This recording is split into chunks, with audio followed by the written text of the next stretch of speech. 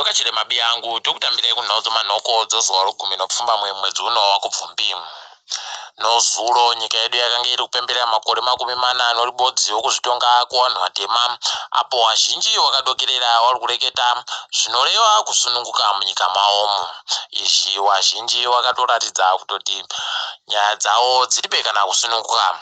Toramba tichindoshuvira kuti vakuru venyika varambe vachigoita tuzvinhu kuti zvisunungukire vanhu vese.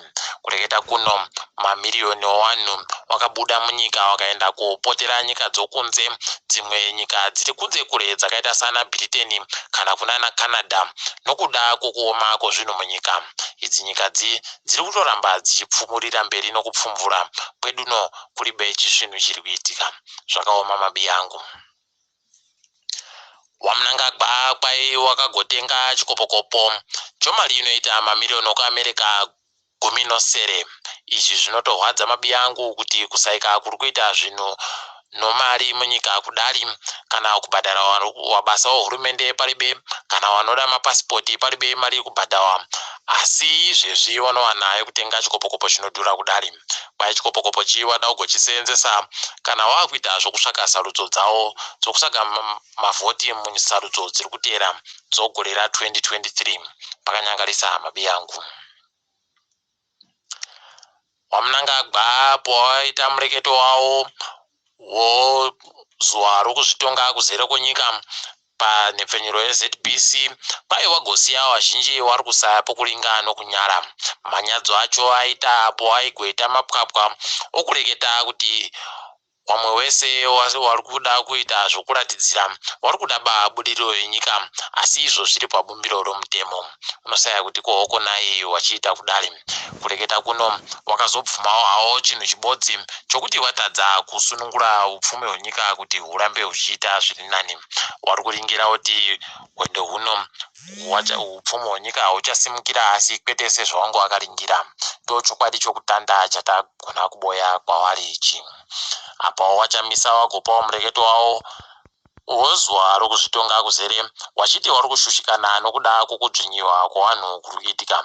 Kwai kubiwa kwavanhu kuri kuitika munyika kusvinuba, nokuti mapurisa pese pese akundogara anomhonya. Wagotiwo vanhu hurumende vanofanira kungwarira kuti nyika yedu ireke kugoita nyika yeMozambique kana vakaramba vachipfanya vanhu.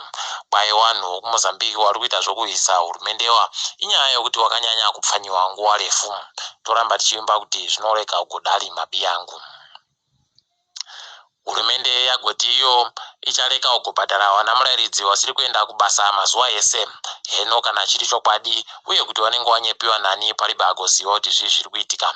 Apa iyo hurumende iyo yagoti iyo yada kuti wapwere vari kuita zvokufundira zvidzidzo zvakaita sezvokurima pabodzi nezvokukoma simbi kana kuwesa mapuranga wagoseenzesiwe nemakambani akazvimirira ega.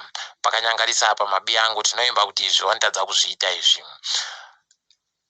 Upenyu munyika hwakanyanyisa kuoma zvokutoti vanhu vari kumaruwa vari kutadza kana kubhadhara mari yefundo yevapwere wavo. Kwai vanhu vairi bedzi muzana ndo vega vari kukwanisa kubhadhara mari yefundo yezvikoro zvokumaruwa. Idi pakanyangara dai vakuru venyika vagona kuita kuti zvirerukire vanhu. Hurumende yaisa kaboka kayo komakurukota nevamwe kari kuringirwa kuti ndiko kagoita zvokunhadzira kuseenza kumakanzuru omumaguta. Kwai kaboka kanenge kakatungamirirwa navachiwenga zvokutoti kureketa kuno wari mukumhanya kuita kuti zvinhu zviite wagone kugotora ndiwo matomu okuseenza kumakanzuru. Pakanyangarisa asi wakabvira hawo kare wachida kuti izvi zviitike. Firimu tagokunyepai kuti rayanzi president rakareketa nezvokaitika musarudzo dza2018 navachamisa kwai rapuwa kamubayiro kunyika yeBrazil. Toramba tichitenda Camilla Nelson akaita firimu rii. Tinorombo mabi yangu. Kwai munhu akawamba chipatara chokaranda, kwai Roland Stevens apfa anyasi. Kwai anga ano makore 40 noribodzi. toramba chindoti azorore murugare. Hurumende yaita kumwe kumbisa kwainogara kundoita kwaisingagone kuzozadzikisa, uko yati ichada kugoti gore 2025 inge yakuita kubika magetsi akawanda zvokuita 100 rozviuru zvomawati anobikiwa nemagetsi. Heno kana wakazvikona izvi mabi angu, Wamturi Ncube wagotiwo wakuda kuendesa kuti wakumbire mari inoita mamiliyoni okuAmerika manomwe anochidimbu kubva kuhomwe yoGlobal Fund kuti wagone kubatsirika panyaya dzehwamupengo. Hino kana chiri chokwadi ichi, asi tinoemba kuti wari kuda kusungirira nyika yedu kune zvimwe zvikwereti.